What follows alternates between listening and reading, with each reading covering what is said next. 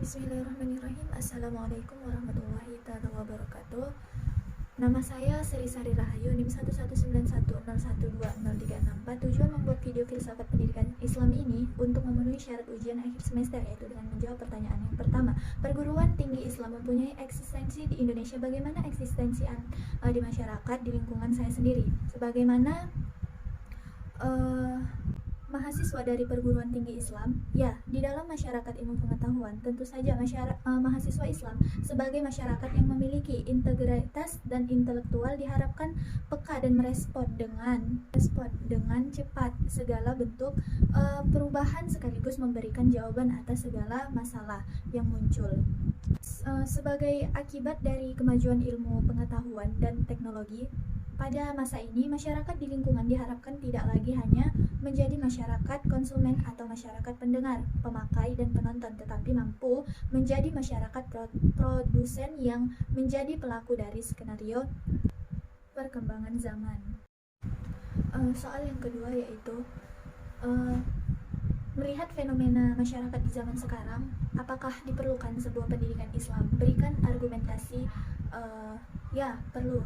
Sebelumnya saya ingin menekankan kembali pentingnya pendidikan Islam sebagai pendidikan moral kepada generasi muda untuk masa depan bangsa, karena harapan kita agar Indonesia di masa mendatang bisa berjalan dengan baik dari segala aspek. Harus diakui bahwa perkembangan ilmu pengetahuan dan teknologi yang semakin cepat telah memberi dampak terhadap perubahan di segala bidang, baik ekonomi, politik, sosial, budaya, maupun pendidikan. Namun, pendidikan umum saat ini nampaknya belum mampu memberikan perbaikan moral bagi manusia, padahal kontribusi ini perbaikan moral sangatlah penting. Oleh karena itu, kita perlu menanamkan pendidikan Islam bagi bangsa, terutama untuk generasi muda. Pendidikan Barat yang telah lama kita kenal dan pelajari belum cukup memberikan suatu pencerahan yang bersifat transendental, ketuhanan atau kerohanian. Seperti kita ketahui, pendidikan Barat didasarkan pada filsafat atau paham rasionalisme yang memiliki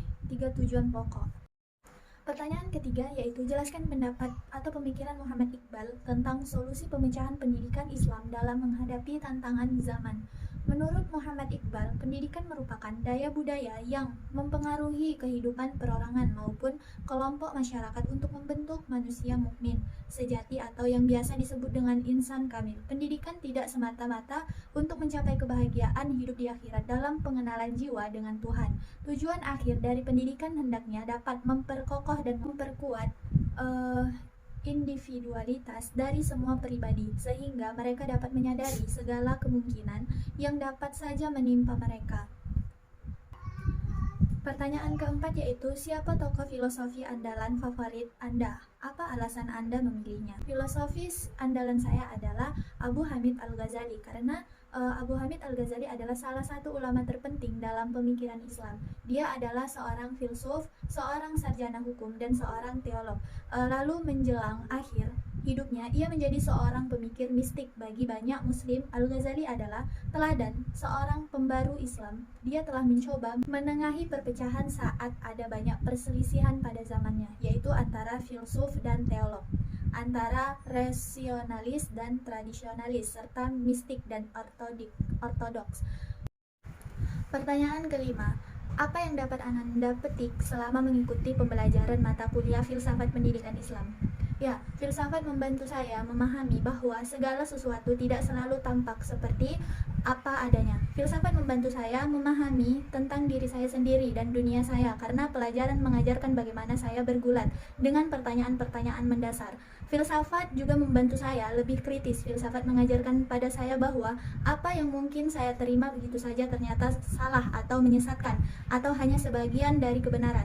Filsafat mengembangkan kemampuan saya dalam secara jelas membedakan yang baik dan yang buruk, menyampaikan lisan atau tulisan atau secara tertulis jelas sesuatu melalui kacamata yang lebih luas, melihat dan mempertimbangkan pendapat dan pandangan yang berbeda.